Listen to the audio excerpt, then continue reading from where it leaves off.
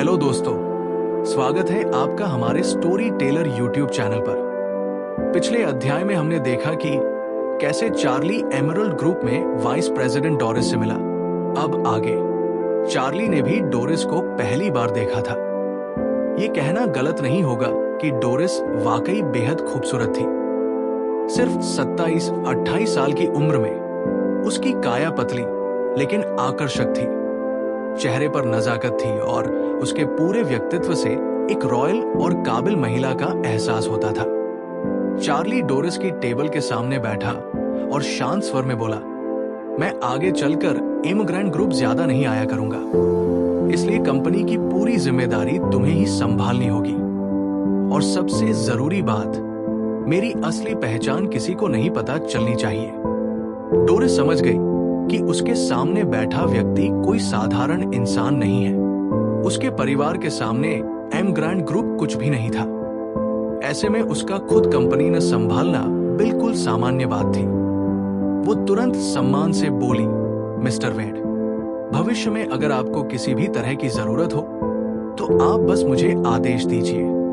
तभी दरवाजे पर दस्तक हुई। एक महिला सेक्रेटरी अंदर आई और बोली, मिस डोरिस, एक व्यक्ति जिसका नाम जेराल्ड है, वो अपनी मंगेतर के साथ आपसे मिलने आया है। डोरिस ने तुरंत कहा, मैं अभी एक खास मेहमान से मिल रही हूं, उन्हें पहले इंतजार करने को कहो। चार्ली ने ठंडे लहजे में पूछा, क्या तुम इस जेराल्ड को जानते हो? डोरिस ने जल्दी से जवाब दिया, उसका परिवार हमारी कंपनी के अधीन पार्टनर है। उनका ज्यादातर बिजनेस हम पर ही निर्भर है। वे कई बार मिलने आ चुके हैं। चार्ली की आंखों में ठंडक उतर आई। वो बोला, आज से एमिग्रेंट ग्रुप का व्हाइट फैमिली के साथ कोई भी बिजनेस नहीं होगा। चल रही और आने वाली हर तरह की डील तुरंत रद्द कर दी जाए। अगर व्हाइट फैमिली एमिग्रेंट ग्रुप से एक पैसा भी कमाती नजर आई तो तुम, डिप्टी चेयरमैन, अपना सामान पैक कर सकती हो। ये सुनते ही डोरिस का चेहरा डर से बदल गया। उसे पूछने की जरूरत भी नहीं थी। व्हाइट फैमिली के किसी न किसी व्यक्ति ने युवा मालिक को जरूर नाराज किया था। वो तुरंत सिर झुकाकर बोली, मिस्टर वेड, निश्चिंत रहिए, मैं अभी आदेश जारी करती हूं। व्हाइट फैमिली के साथ सारी साझेदारी खत्म। चार्ली ने ठंडे स्वर में कहा, और उनसे साफ कह देना, इमिग्रेंट ग्रुप घटिया कचरे के साथ काम नहीं करता। फिर सिक्योरिटी को बोलो उन्हें बाहर फेंक दिया जाए। बाहर जेराल्ड और वेंडी बेसब्री से इंतजार कर रहे थे। व्हाइट फैमिली लंबे समय से एमिग्रेंट ग्रुप का स्ट्रेटेजिक पार्टनर बनना चाहती थी, इसीलिए वे डोरिस के करीब जाना चाहते थे। लेकिन तभी डोरिस की सेक्रेटरी कई सिक्योरिटी गार्ड्स के साथ बाहर आई। जेराल्ड ने जल्दी से पूछा, क्या मिस डोरिस हमसे मिल पाएंगी? सेक्रेटरी ने ठंडी नजर से उसे देखा और कहा, माफ कीजिए, डिप्टी चेयरमैन डोरिस का कहना है कि इमिग्रेंट ग्रुप आप जैसे घटिया लोगों के साथ कोई सहयोग नहीं करेगा। आज से आपकी फैमिली के साथ सारी डील्स खत्म की जाती हैं। क्या? जेराल्ड सन्न रह गया। ये लाइन उसे जानी पहचानी लगी। अचानक उसे पार्किंग वाला सीन याद आ गया। चार्ली ने भी बिल्कुल यही शब्द कहे थे। डोरिस ऐसा क्यों कह रही है? व्हाइट फैमिली से रिश्ता क्यों तोड़ा जा रहा है? उसका दिमाग सुन पड़ गया। व्हाइट फैमिली की आधी से ज्यादा कमाई इमिग्रेंट ग्रुप से ही होती थी। अगर ये रिश्ता टूट गया तो परिवार की ताकत आधी रह जाएगी। वो चीख पड़ा, मैं मिस डोरिस से मिलना चाहता हूं, मैं उनसे आमने सामने बात करूंगा। सेक्रेटरी ने सख्ती से कहा, माफ कीजिए, डिप्टी चेयरमैन आपसे नहीं मिलेंगी और भविष्य में आपको इमिग्रेंट ग्रुप में कदम रखने की भी इजाजत नहीं होगी। जेराल्ड गुस्से से चिल्लाया, तुम लोग मेरे साथ मजाक कर रहे हो? हम लंबे समय से पार्टनर हैं, ऐसे कैसे सब खत्म कर सकते हो? सेक्रेटरी ने कोई जवाब नहीं दिया। सीधे सिक्योरिटी से कहा, इन्हें बाहर निकालो। सिक्योरिटी कैप्टन आगे बढ़ा, जेराल्ड का हाथ पकड़ा और पीछे मरोड़ दिया। जेराल्ड दर्द से चीख उठा। गार्ड गरजा, निकलो यहां से। अगर एमिग्रेंट ग्रुप में हंगामा किया तो अंजाम बुरा होगा।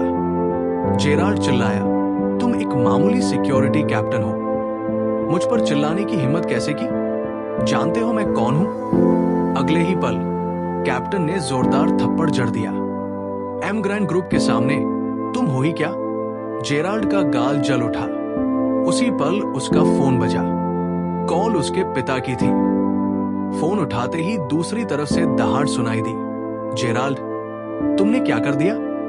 एम ग्रैंड ग्रुप ने हमारे साथ सारी डील्स खत्म कर दी है। तुमने किसे नाराज कर दिया? जेराल्ड घबराकर बोला। पापा, मैंने किसी को नाराज नहीं किया। मैं तो बस मिस डोरिस से मिलने आया था। उन्हें देखा तक नहीं। उधर से पिता गुस्से में चिल्लाए। एम ग्रैंड ग्रुप ने साफ कहा है, सब कुछ इसलिए खत्म हुआ क्योंकि तुम एक घटिया कचरा हो। तुम्हारी वजह से परिवार को भारी नुकसान हुआ है। तुरंत घर लौटो और अपने दादा को खुद समझाओ। सिक्योरिटी जेराल्ड को एम ग्रैंड ग्रुप के गेट तक घसीटते हुए बाहर ले आई। वो सदमे में फोन पकड़े खड़ा था। अचानक उसे चार्ली याद आया। वो वेंडी से बोला, वेंडी, कहीं ये सब तुम्हारे उस बेकार जीजा की वजह से तो नहीं? क्या उसका एम ग्रैंड ग्रुप से कोई रिश्ता है? वेंडी चौंक गई। उसने सोचा, शायद, पर तुरंत सिर हिलाया। नामुमकिन। उसका एम ग्रैंड ग्रुप से क्या लेना देना? वो तो यहां टॉयलेट साफ करने के भी काबिल नहीं। हाँ, सही है। जेराल्ड ने सिर हिलाया, फिर गहरी सांस लेकर बोला, मुझे तुरंत घर जाना होगा। व्हाइट फैमिली के साथ एम ग्रैंड ग्रुप की साझेदारी टूटने की खबर पूरे ऑरस हिल में फैल गई। कारण किसी को नहीं पता था, लेकिन सब समझ गए। व्हाइट फैमिली ने एम ग्रैंड ग्रुप को जरूर नाराज किया है। व्हाइट परिवार की हालत पल भर में आधी रह गई। पहले वो फर्स्ट ईयर फैमिली के करीब था, अब सीधे सेकंड टीयर के आखिरी पायदान पर गिर गया। जब ओल्ड लेडी विल्सन ने ये खबर सुनी तो वो गुस्से से कांप उठी। वो वेंडी और जेराल्ड की सगाई तोड़ना चाहती थी, लेकिन सोचकर रुक गई। कमजोर ऊंट भी घोड़े से बड़ा होता है। विल्सन परिवार अभी व्हाइट फैमिली से दुश्मनी नहीं मोल ले सकता था। इधर डोरिस के ऑफिस में चार्ली ने पूरा मामला सुना और डोरिस की कार्यशैली से काफी संतुष्ट हुआ। वो बोला, डोरिस, तुमने आज जो किया बहुत अच्छा किया। आज से तुम्हारी सैलरी डबल।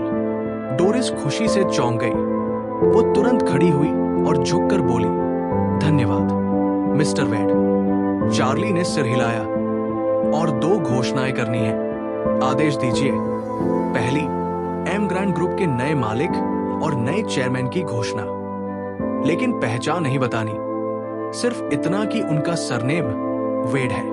दूसरी, एम ग्रैंड ग्रुप ऑरस हिल मेंदो अरब का निवेश करेगा और एक 6 स्टार होटल बनाएगा। साथ ही पार्टनर बिडिंग शुरू की जाएगी।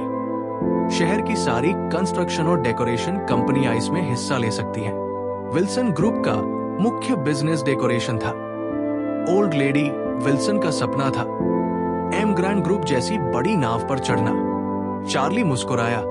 अब जब एम ग्रैंड ग्रुप उसी का था, तो अपनी पत्नी को फायदा देना तो बनता ही था।